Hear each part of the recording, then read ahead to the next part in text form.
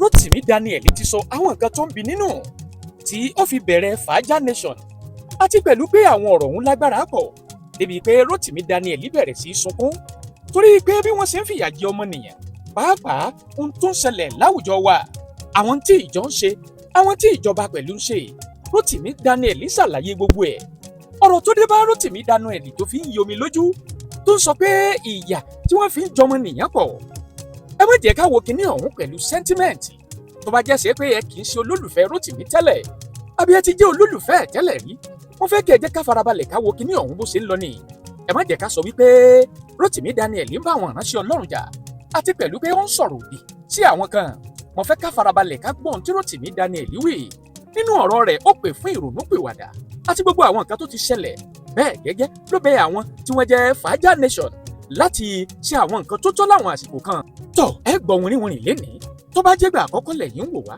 abẹ́ tíjú olólùfẹ́ wa tẹ́lẹ̀ ẹ ò wá ti tẹ subscribe button síbẹ̀ ẹ bá wa tẹ̀ sójú ẹ̀ bó bá ṣe ń lọ àwa ò ní jẹ́ kétí yín ó di sí i ẹ má gbàgbé láti tẹ aago tí ń bẹ lẹ́gbẹ̀ẹ́ èyí tí ó máa ta yín lólobó nígbàkúùgbà tá a bá ti wà lórí ètò ìkànnì tí ẹ wà ìwé náà ní Yorùbá Parapọ̀ TV ẹ̀já ṣíà ètò ọ̀hún ẹ̀já kọ́mẹ̀ntì lórí ẹ̀já láìkì ẹ̀já pín kálé ni o torí pé Rotimi Daniel ìgbà kan tẹ́ ẹ mọ̀ òun kọ́ ni tì í sìn Rotimi Daniel ti yàtọ̀ gbáà ẹ̀já ṣíà kìíní ọ̀hún ẹ̀já pín kó délé ni o ọ̀rọ̀ wà ń bẹ̀ ẹ̀já máa bẹ́ẹ̀ tù ọ̀hún bọ̀.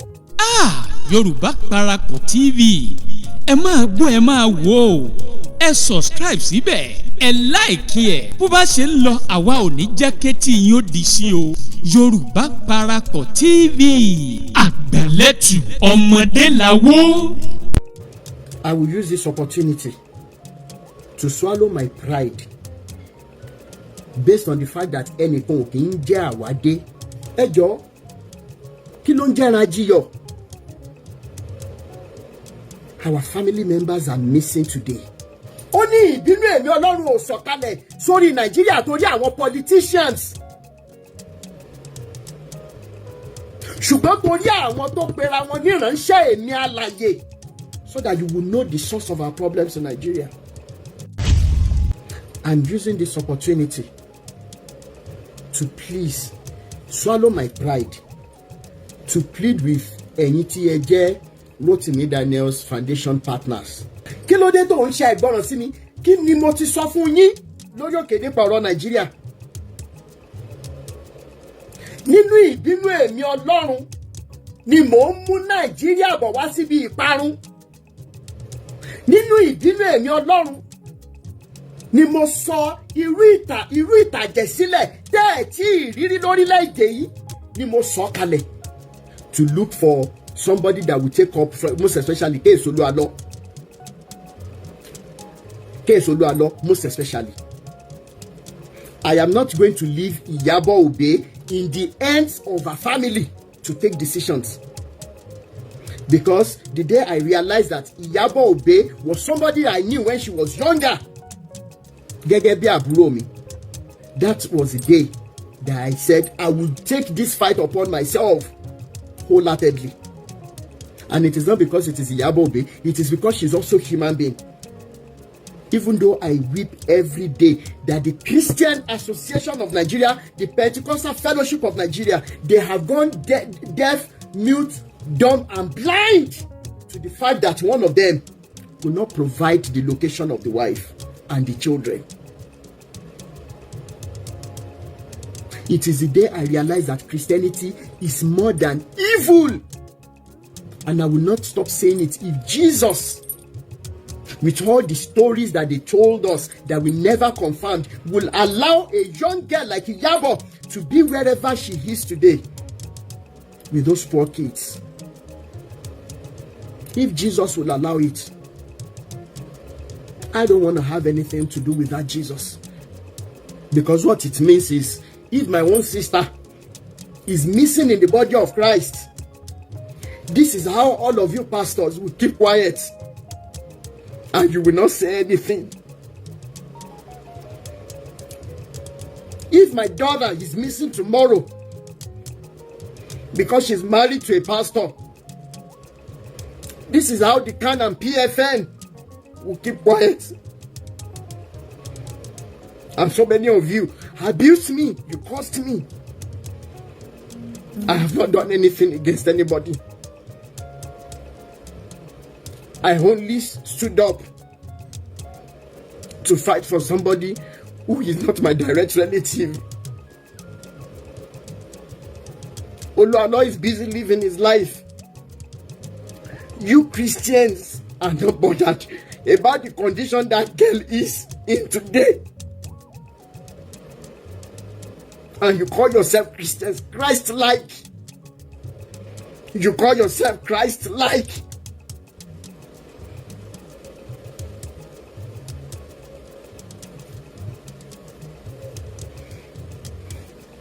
Bóyá wọ́n fi ẹgbà fún Ìyábọ̀ lóúnjẹ níbi tó wà lẹ́ni, we don't know, because she is married to a pastor who preaches Christ. And you are not bothered. You raised up so many oppositions against me for trying to find justice for a girl that might be in danger.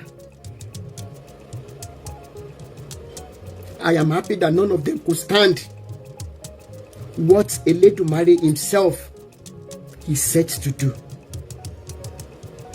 I am not weeping in weakness, Olualo. I am not weeping in weakness today. All of you Christians and pastors in Nigeria, I am not weeping in pain because the fight will start. I am weeping because this is the time that the fight is starting against every one of you. And bí Elédùmarè ṣe ń bẹ tí àwọn òrìṣà dẹ̀ wà that we cannot deny in Yoruba land. Ikú ló ń gbaṣọ lára ewúrẹ́. The only way you can shut me up against this fight that is on is for every one of you to come together. It's either you talk to one another and say, you know what? We are wrong for what we have been doing. Let there be a revival in the land. But on the other side, if you want to continue to skin people alive, to use human body parts to support the name of Jesus, I will tell you today, it is a fresh pledge to all the victims out there. It is a fresh pledging to every one of you, except the ones I don't hear of. Tí o bá ti jẹ́ the first option yẹn, ẹ lọ pa wọ́pọ̀ kẹ́ pa mí. Torí wípé kí ni èmi àti yín ẹni fẹ́ kú pàdé ẹni máa pa mí. A man who was on red t-shirt and carton color trousers, all of a sudden he went into serious trance. He spoke in tongues for a few minutes. Nígbà tó yá, ó nawọ́ sí pẹpẹ.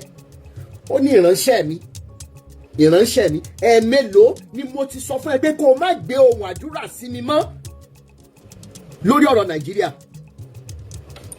We were all afraid. We thought we had seen it all. The man answered, ẹ̀mẹ́rin ni Olúwa mi. Kí ló dé tó ń ṣe àìgbọràn sí mi? Ṣé o fẹ́ jẹ́ kí ẹ̀mí Ọlọ́run dágbére fún ẹni? It was a very tough night for everybody on that mountain. Kí ló dé tó ń ṣe àìgbọràn sí mi? Kí ni mo ti sọ fún yín lórí òkè nípa ọ̀rọ̀ Nàìjíríà? Nínú ìbínú ẹ̀mí Ọlọ́run ni mò ń mú Nàìjíríà bọ̀ wá síbi ìparun. Nínú ìbínú ẹ̀mí Ọlọ́run ni mo sọ irú ìtàjẹ̀ sílẹ̀ tẹ́ ẹ̀ tí ìrírí lórílẹ̀‐èdè yìí ni mo sọ kalẹ̀. Ẹ mọ̀ gbélé gbọ́. It was a very powerful message. Ó ní ìbínú ẹ̀mí Ọlọ́run ò sọ̀kalẹ̀ sórí Nàìjíríà torí àwọn politicians. Ṣùgbọ́n torí àwọn tó pera wọn ní ìránṣẹ́ ẹ̀mí alààyè, so that you will know the source of our problems in Nigeria.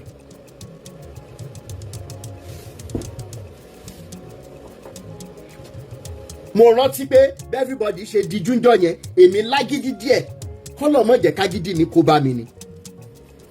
bí ohun máa yẹn ṣe rinlẹ̀ tó àní ṣé wọ́n gbé microphone sí máa yí lẹ́nu ni tàbó gbé mi. I wanted to find out because the vibration was too much.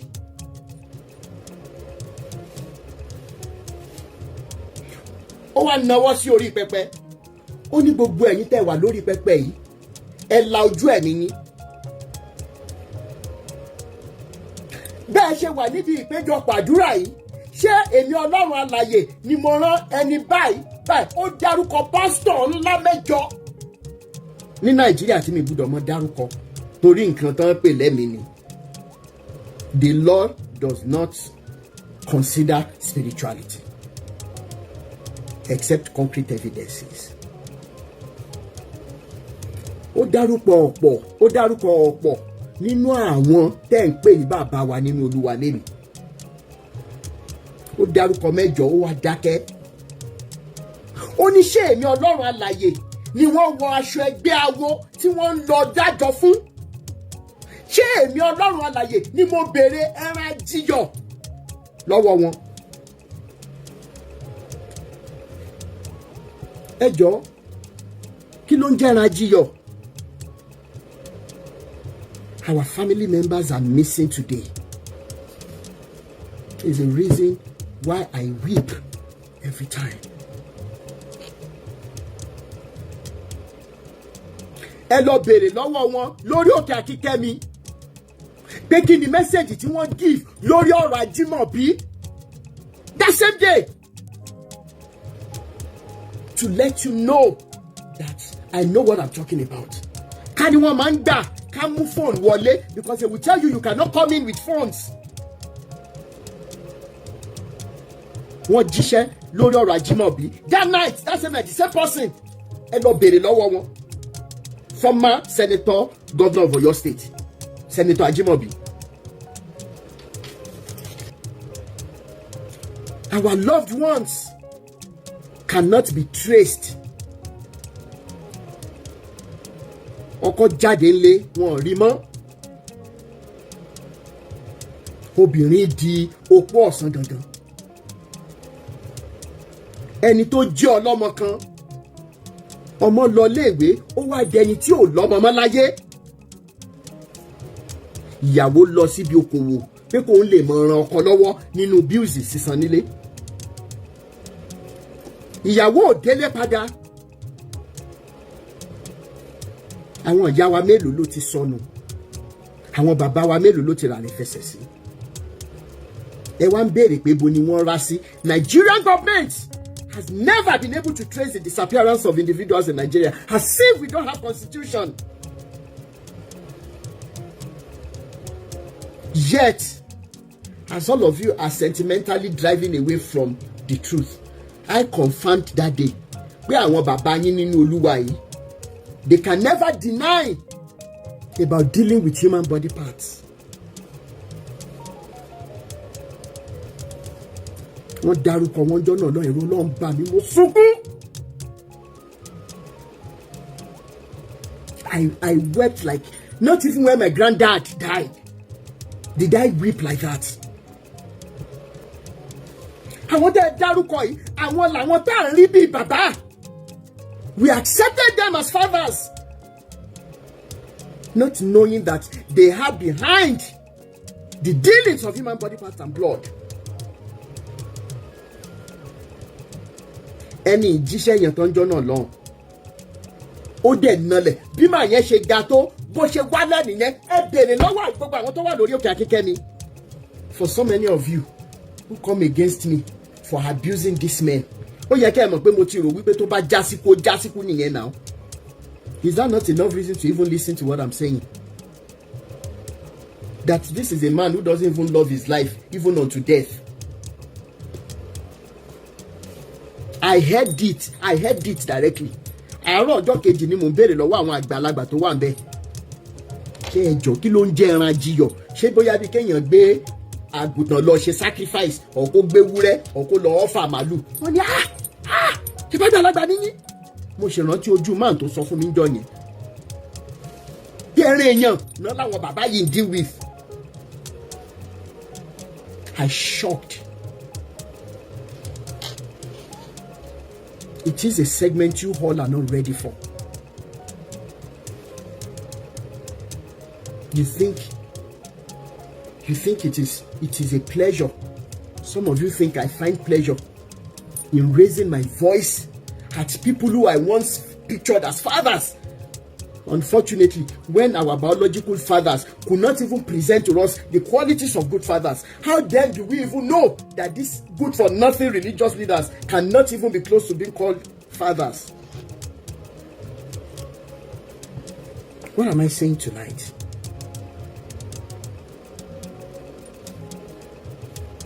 We all have been mentally damaged. And finally,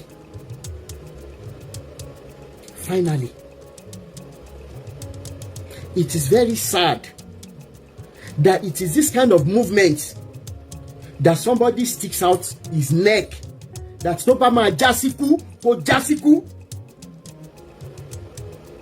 Ibi Topama Jasi ko Jasi, that somebody's mother will be getting comments on social media and sending it to him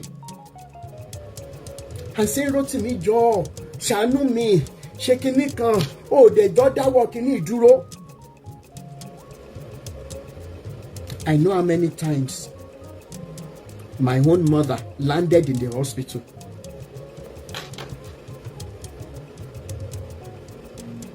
Until I told her, I said, Ma, Ọlọ́run ò ní lé èmi pẹ̀lú àwọn àbúrò mi àtẹ̀gbọ́n mi bára wa. Gbogbo wa lọ́lọ́run gbà fún. Tí n bá lọ lẹ́ni, wọ́n tó dúró ṣọmọ fún yín. And my mom mentioned in hospital bed, pé ṣé téèyàn bá wá ní ọmọ 100 kí gbogbo wọn gan yàn kí wọ́n yanjú, ṣé inú àbíamọ máa dùn kó sọ ẹyọ kan nù? You don't want to know how that felt to me that year. And I still make up my mind that it is a fight to finish. I remember that my mom was still in that hospital bed. And I told her, I said, Ìyá Ìbàdàn, tó bá máa já síkú fún mi, mo fẹ́ fi títóbi Ọlọ́run ọba láyé bẹ̀yìn lẹ́ni. Ẹ má bànújẹ́ fún mi. Torí wípé there is something that is bitter than death, and that is living a purposeless life. Kéèyàn wáyé asán. Ṣùgbọ́n if this liberation gives me peace, ìjọ́ tí kú bá dé, Ìyá Ìbàdàn mo lọ sinmi ni. If you want me to call her in now, kí wọ́n jẹ́rìí sí nǹkan tí mo sọ, I will.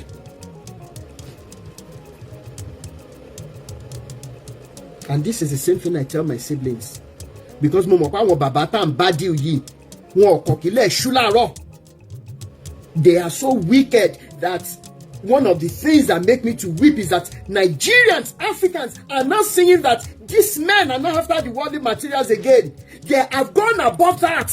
They have a bigger plan to damage more lives in Africa.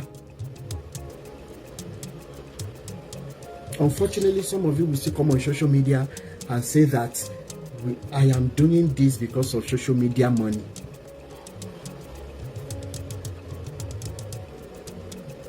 You're posting something, you're antagonizing this man because you want to make content, to make money.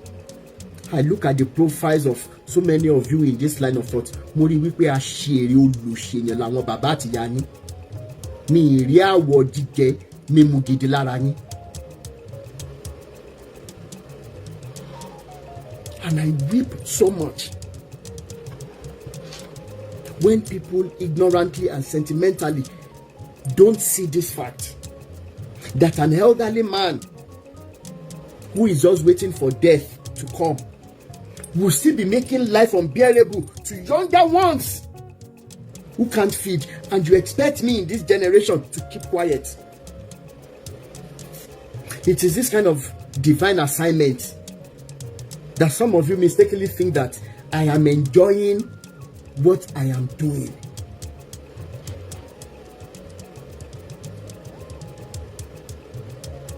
That you even threaten me that I should come to Nigeria. You pastors. It is this kind of movement that some of you will think that it is all about fame, that you want to come and join because you want fame. It is this kind of movement you will mistake for fracas. It is this kind of deadly assignment you will think that it is child's play. I can give us a number of radio stations. They approach me respectfully. Lórí ọ̀rọ̀ Olualo. Lórí ọ̀rọ̀ àwọn tá ti ṣe sẹ́yìn. Lórí ọ̀rọ̀ àwọn post oríṣiríṣi tí mo ti ṣe. Please, we would want to have your time on our radio station. Ẹ jẹ́ kí n máa fún yín ní gbogbo ẹ̀. And I kept turning them down until when they stopped disturbing me. All the way from Ekiti, Lagos, Oyo, Osun. They are directors. Okay, please, we want to have you on our program. We want to entertain you. And I kept telling them, it is not about popularity. I don't want to lose focus. If it is about popularity, I would have accepted these offers. Because I want Nigerians to know me. I want Nigerians in Molanada.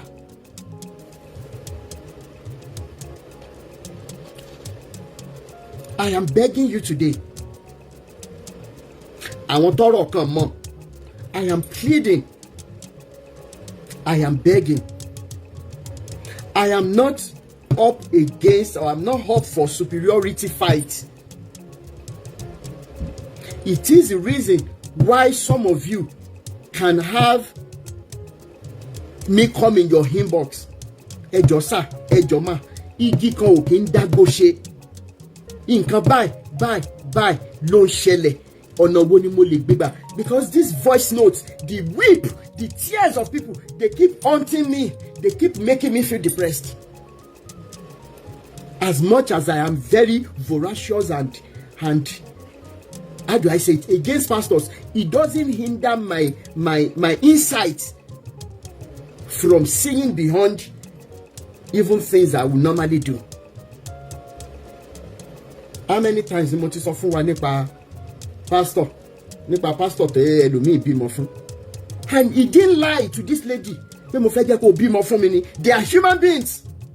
Forget all the teachings, the pedestal they place themselves. Ẹ̀yin lè rí wọn bí gbàgbé pé wọ́n jẹ́ nǹkan kan. They are human beings, far worse than you are. We have seen somebody who is not a pastor who stood by the wife, come rain, come shine, tí wọ́n dẹ̀ bímọ, tó dẹ̀ dúró tì. But a pastor preaching this to you, preaching that to you, will go as far as impregnating somebody outside. Me, for what a pastor yẹn lórí, but I had to deal with the fight I had on ground. The lady told me everything. I decided to speak with the pastor. Me, the pastor yẹn síta now. Because at that time, don't feel what if his own family members were on his neck?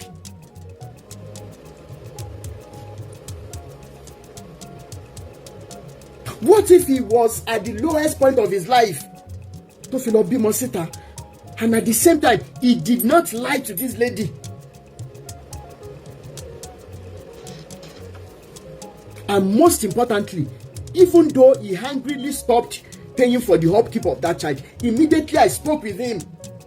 He listened to me respectfully. It's one of those wonderful moments in this Rotimi Agitation Foundation movement. It gives me peace of mind that some of these pastors, they still have conscience. And that is why I tread carefully to give them long rope until when they don't agree to coming out to say they are sorry.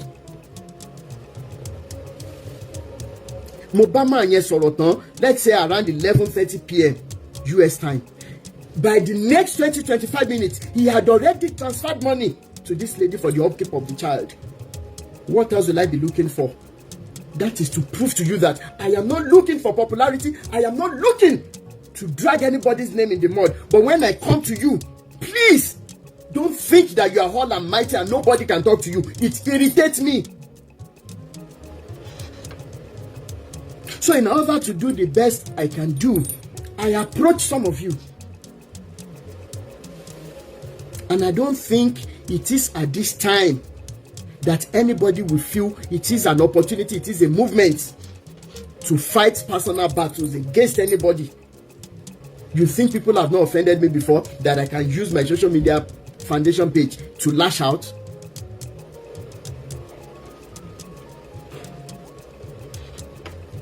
Which is the reason why, after giving Prophet Segun Adebayo that opportunity to refund somebody's money, and he refused.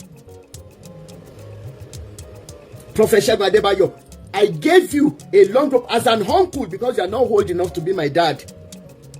You are not old enough, but I still gave you that respect. I came in your inbox. I sent that teller to you. You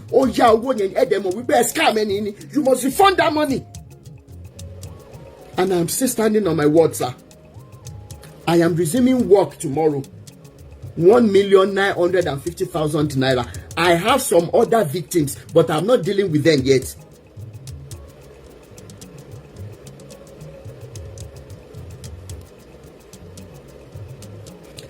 I am resuming work tomorrow, Wednesday. I will go to work on Thursday. Probably I'm working night shift on Friday. If that money is not refunded, sir, if that money is not refunded, Prophet Segun Adebayo,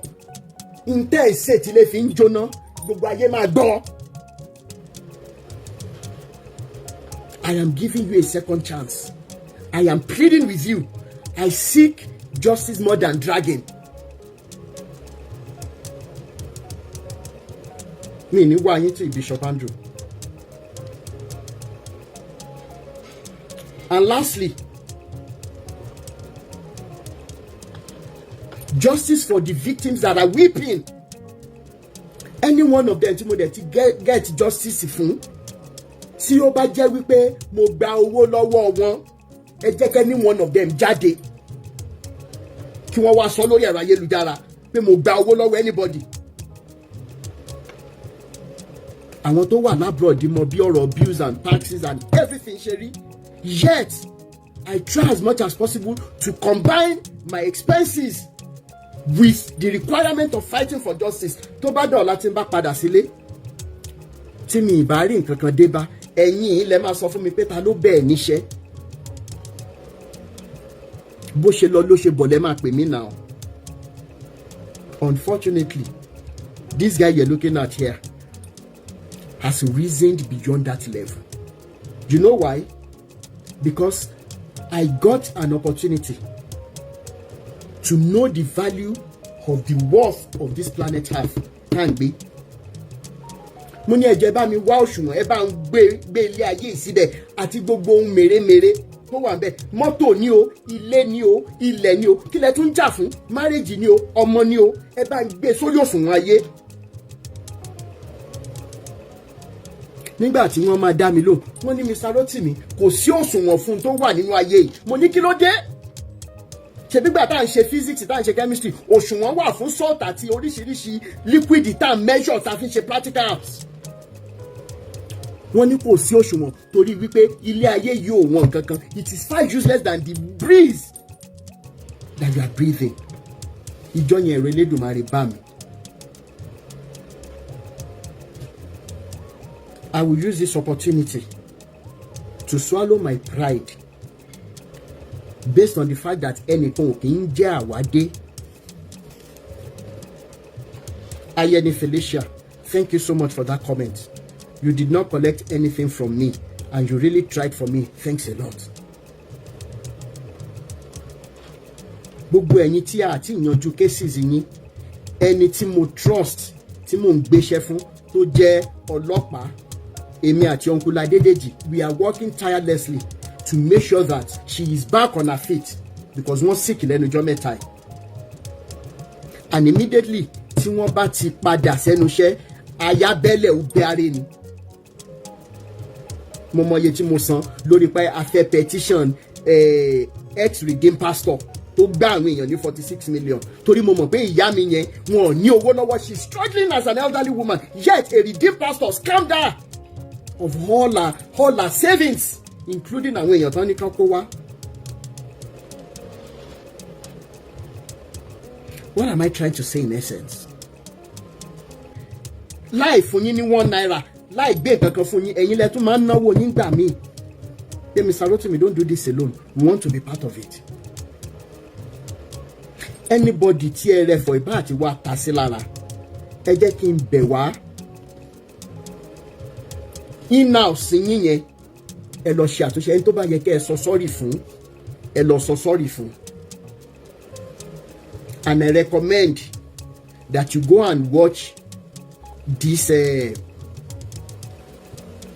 song on YouTube to help you calm down. So many of you will notice, tí n bá fẹ́ wọlé kí wa lẹ́ẹ̀kọ̀kan, hello family ni mo máa ń sọ. You know why?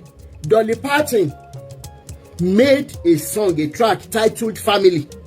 Go and watch the lyrics, go and watch this song, go and see the lyrics on YouTube. You will understand why I call you family. I am not ready to make anybody feel that, iṣẹ́ tó ṣe, I appreciate it. I appreciate every one of you. And at this point in time, I hope that there will be positivities in chasing the cases we have on ground, even if it means me going outside. Christianity died the day we can no longer see our next door neighbor as our family members. Islam died the day we stopped seeing our next door neighbors as our family members. Ìṣẹ̀ṣe, we should never have the morality of saying that Ìṣẹ̀ṣe lagba. The day you people started prioritizing income over the people that have run to you for help, I won't say much more than that. Torí wípé kí ni ọlọ́gbọ́n máa ń ṣẹ́ ọ̀rọ̀ ẹ̀kú ni. Orúkọ tí a sì sọmọ ẹni ní inú ẹni ló ń gbé. But I have said the little I have said. Torí wípé awífúnni kó tó dání bàbá àjàkadì ni. Àìdẹ̀lẹ̀jà ní tá bàbá mi ò débí. Mi lágbára kankan o. Mi ní pásítọ̀ tàbí wòlíì tàbí àfà tàbí oníṣẹ̀ṣe kankan tí mo gbójúlé lẹ́yìn Elédùmarè tó fẹ́ òótọ́. And finally, Rotimi Daniels Foundation for Peace and Equity is all about restoring truth, love, and humanity into our midst and into our system. Ẹ gbọ́ bí Rotimi Daniel ṣe ń fẹ̀hónú ẹ̀ hàn, bí Rotimi Daniel ṣe ń sọ gbogbo ohun tójú ẹ̀ ti rí àti nǹkan tí ò jẹ́ kó fẹ́ gbàgbọ́ mọ́ nínú àwọn ìránṣẹ́ Ọlọ́run. Ẹ̀rí ń tó sọ nípa àwọn olórí orílẹ̀-èdè ibi tí wọ́n ti wá dé. Ẹ rí bí ọmọkùnrin ṣe ń gbomi lójú kòròkòrò nípa bí ó ṣe ń gbìyànjú kí orílẹ̀-èdè yìí ó mọ́ ni. Ó ní àwọn kan sọ pé òun ṣe Faaja Nation nítorí owó tó máa rí mbẹ̀. Ó ní òun ò ṣe nítorí owó, bí kò ṣe kí àlàáfíà àti kó bá máa tán ọmọnìyàn láti gbowó lọ́wọ́ wọn ni o. Ó ní kí ọmọnìyàn lè wà ní ìṣọ̀kan, òun náà lòun jà fún. Àti pẹ̀lú pé àwọn ìránṣẹ́ Ọlọ́run kan tọ́lọ́run ò pè tó jẹ́ ṣe pé wọ́n ń da gbogbo ẹ̀rú torí ẹ̀ lòun ṣe gbé kalẹ̀. Òun ló fà á tó fi jẹ́ ṣe pé ó wá sọ̀rọ̀ nígbà tó ń sọ̀rọ̀ nípa Olualo àtìyàwó ẹ̀ ló bẹ̀rẹ̀ sí gbami lójú kòròkòrò pé ìyà tó ń jẹ Ìyábọ̀ ò kéré. Tí gbogbo ẹ̀ lọ, kí ni àwọn ìjọ kan, kí ni gbogbo onígbà tó ṣe sí? Wọ́n dákẹ́ lórí ẹ̀ ni. Ó ní débi pé òun sọ ilé nù, òun sọ̀nà nù, òun sì fi ara àwọn jìn láti kú nítorí ọmọnìyàn. Àwọn nǹkan tó ń dun Rotimi rèé. Ọwọ́ ajẹ́gbà àkọ́kọ́ lẹ́yìn wò wá. Abẹ́ tíjú olólùfẹ́ wa tẹ́lẹ̀, ẹ ò wá ti tẹ subscribe button síbẹ̀, ẹ bá wa tẹ̀, ẹ sì má gbàgbé láti tẹ aago tí ń bẹ lẹ́gbẹ̀ẹ́. Èyí tí ó máa ta yín lólobó nígbàkúùgbà tá a bá ti wà lórí ètò. Ẹ já share ètò ọ̀hún, ẹ já pín kálẹ̀, ẹ já like, ẹ já comment sórí ẹ̀. Rotimi ìgbà kan kọ́ lẹ̀ ń wò yí o, Rotimi ti yàtọ̀. Ó sì ní pé òun fi ń dá gbogbo èèyàn lójú pé òun ò ní sinmi láti máa ṣe òótọ́. Ó ní òótọ́ lòun sì ṣe, torí pé òun ti fira àwọn jìn láti jẹ́ olótìtọ́ ènìyàn àti láti jà fún ọmọnìyàn. Tọ́ kó wá ní jù bẹ́ẹ̀ lọ táàrí lábalábí tá a wà yìí a ó tún jọ pàdé lọ́jọ́ míì ọjọ́ rí ni o búburú kan ò ní ṣe yín kò ní ṣe wá ire o ire kàbí. àti retí rẹ̀ o ọmọ aláṣẹ dìde àti retí rẹ̀ o ọmọ aláṣẹ dìde wá bá wa sọ̀rọ̀ ìjìnlẹ̀ ká lè mọ bí ayé kọrí sí wá bá wa sọ̀rọ̀ ìjìnlẹ̀ ká lè mọ ìgbésẹ̀ tó yẹ ká gbé ọmọ aláṣẹ. àti retí rẹ̀ o ọmọ aláṣẹ dìde. àti retí rẹ̀ o. àti retí rẹ̀ o ọmọ aláṣẹ dìde. ó wá bá wa sọ̀rọ̀ ìjìnlẹ̀. wá bá wa sọ̀rọ̀ ká lè ìjìnlẹ̀. mọ bí ayé kọrí sí. ká lè mọ bí táyé kọrí sí. wá bá wa sọ̀rọ̀ ìjìnlẹ̀. ká lè mọ ìgbésẹ̀ tó yẹ ká gbé.